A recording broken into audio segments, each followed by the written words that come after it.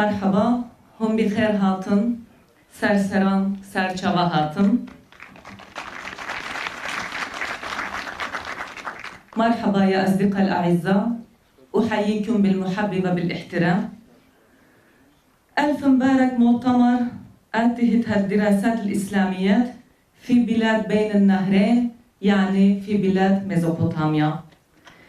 بلاد الأناضول والميزوبوتاميا والشرق الأوسط هي جغرافيا تراب معجون في الألم، تراب معجون في دموعنا، تراب معجون في دمنا. نحن نعيش في منطقة للأسف قلبها مجروح وتعبان كتير. تركيا، سوريا، العراق، إيران، لبنان، ليبيا، مصر وكذا. كل شرق الأوسط وقبل أفريقيا. نحن لا نقبل هذه الوضع ونريد نغير فورتين. نحن نعيش في جغرافيا هي غنية من الشعوب، هي غنية من المذاهب، من الأديان، ونحن نعيش في جغرافيا كلنا نعيش سوا وبالإخوة.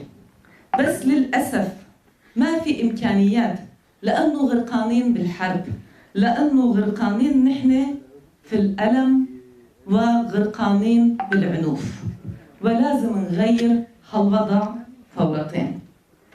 Değerli din alimleri, seydalar, meleler, değerli barış anneleri, ben hepinizi bir kez daha sevgiyle, saygıyla selamlıyorum.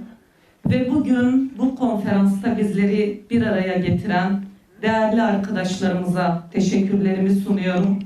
Bu çalışmanın çok tarihi bir çalışma, çok önemli bir çalışma olduğunu bir kez daha vurgulamak istiyorum.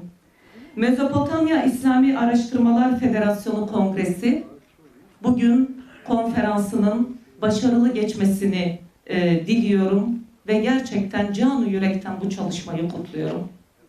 Neden? Çünkü bu çalışma bizim üzerinde yaşadığımız coğrafyanın ihtiyaç duyduğu bir çalışma.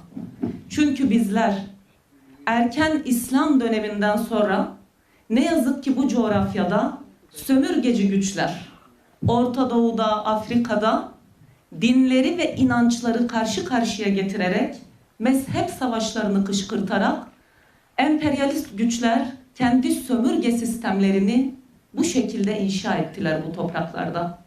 Ve yüzyıllardır kanlarımız akıyor bu coğrafya. Kardeş kanı döküyor. Ne yazık ki kadınları, çocukları kaçırıyorlar ve yanı başımızda Suriye'de IŞİD'in bu bölgeye neler ettiklerini hep birlikte tanıklık ettik. İşte bunu ters yüz etmemiz gerekiyor.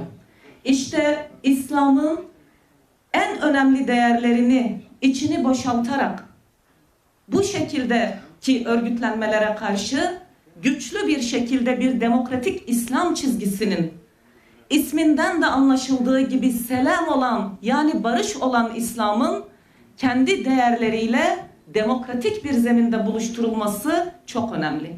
O nedenle sizlerin yaptığı bu çalışma sadece Türkiye'nin, sadece Kürdistan coğrafyasının, sadece Mezopotamya'nın değil, inanın bütün İslam coğrafyasının, İslam inancına sahip olan her kesimin yürekten ihtiyaç duyduğu bir çalışma ve bu anlamıyla son derece önemli.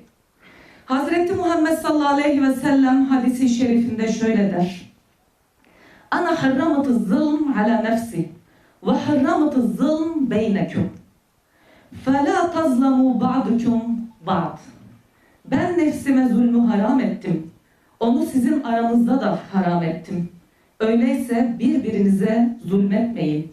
Öyleyse bu coğrafyayı hep beraber zulümden kurtaralım.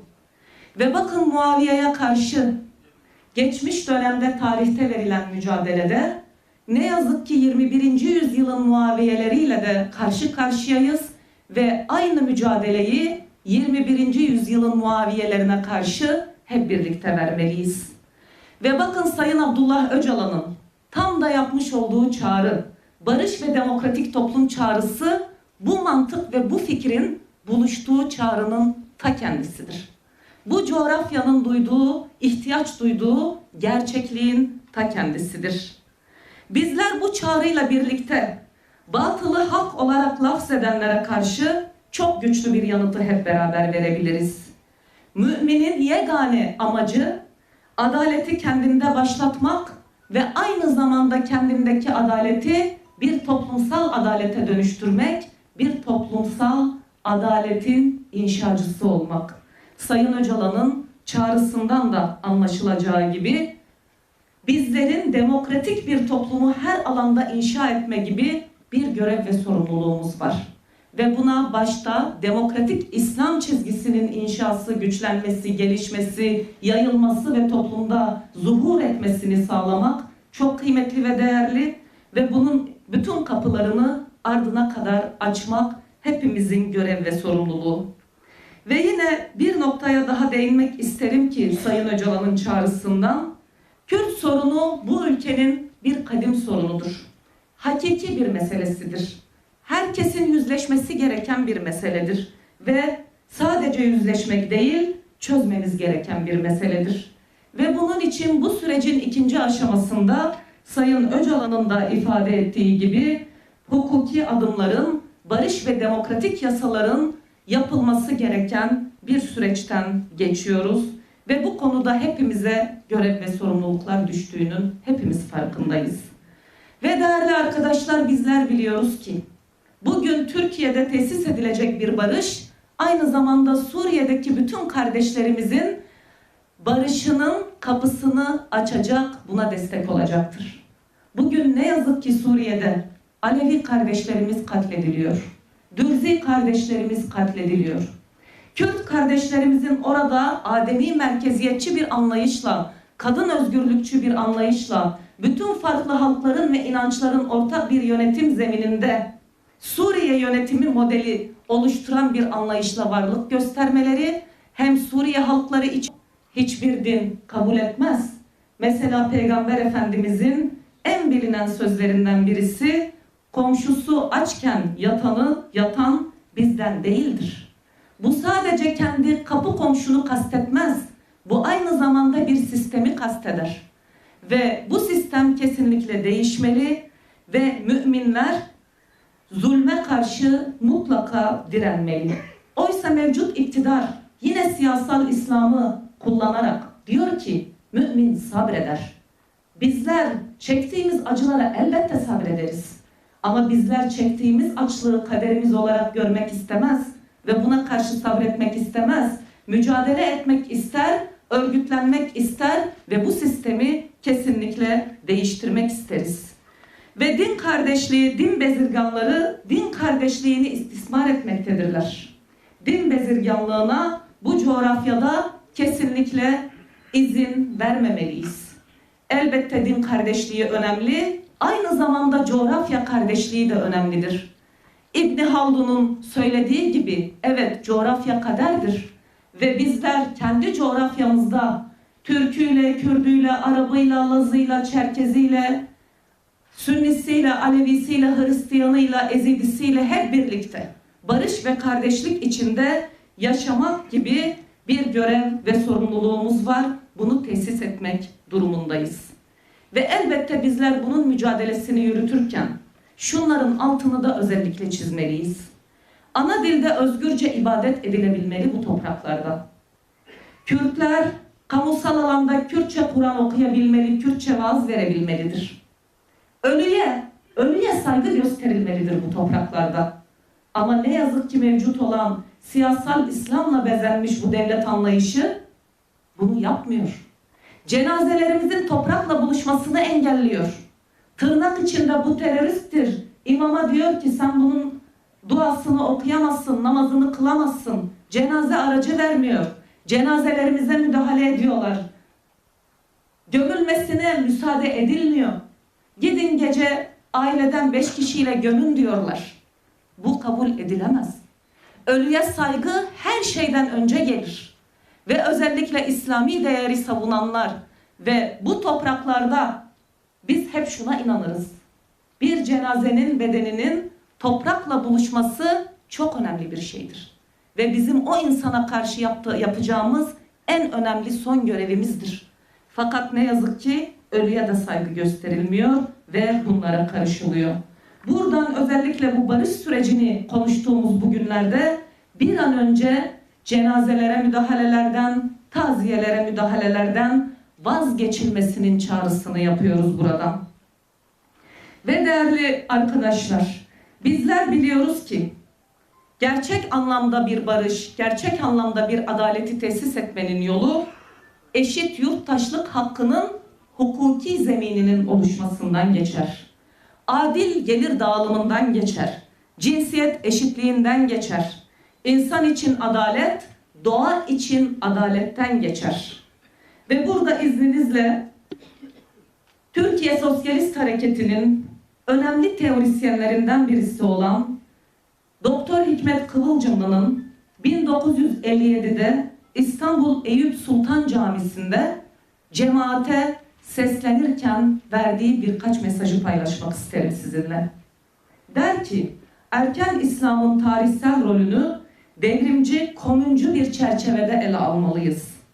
Din, tarihte egemen sınıflar ve burjuvazi tarafından, saraylar ve saltanatlar tarafından negatif bir şekilde kullanılmış, yozlaştırılmış din bezirganları ortaya çıkmıştır. Yoksulluk dini bir emir değildir, kader değildir.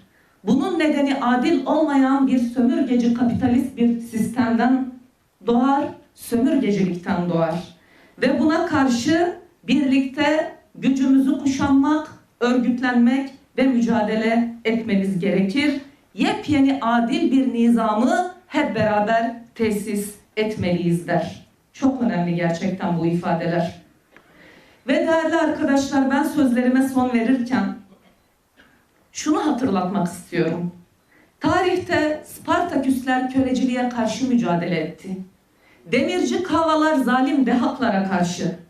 İsa'lar çarmıha gerildi ama geri adım atmadı. Hüseyinler Kerbela'da direndiler. Rozalar, şirinler, sakineler, seveler, pakizeler erkek devlet ve sermaye sistemine karşı mücadele etti. Rojava'da kadınlar IŞİD'in zulmüne karşı mücadele etti ve bütün dünyaya örnek olan bir direniş tarihini altın harflerle yazdılar. Selam olsun buradan direnen ve örnek olan bütün Rojavalı kadınlara.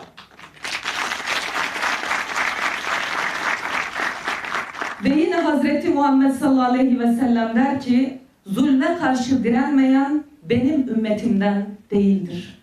Zulme karşı direnmek haktır. Adalet talep etmek haktır. Barış talep etmek haktır. Eşitlik, kardeşlik, özgür bir yaşam talep etmek haktır. Doğayı korumak için verilen mücadele haktır. Kürdün ana dili için verdiği mücadele haktır. Şu an yapılan çağrıya bizlerin hep birlikte barış ve demokratik toplumun inşasında mücadelesi haktır ve bizler Anadolu ve Mezopotamya topraklarında yaşayanlar olarak barış, demokrasi yolunda hakikatin meşalesini yeniden yakmak üzere yola koyulduk. Ben burada özellikle sizlerin yapmış olduğu bu çalışmayı ve bugün Mezopotamya İslami Araştırmalar Federasyonu'nun yapmış olduğu ve daha da yapacağı çalışmaların tam da bu meşaleyi daha da çoğaltmak, büyütmek ve etrafımızı, bütün toplumu aydınlatmak için başarılı bir çalışma olmasını diliyorum. Kongrenizi bir kez daha tebrik ediyorum. Hepinize selam ve sevgilerimi sunuyorum.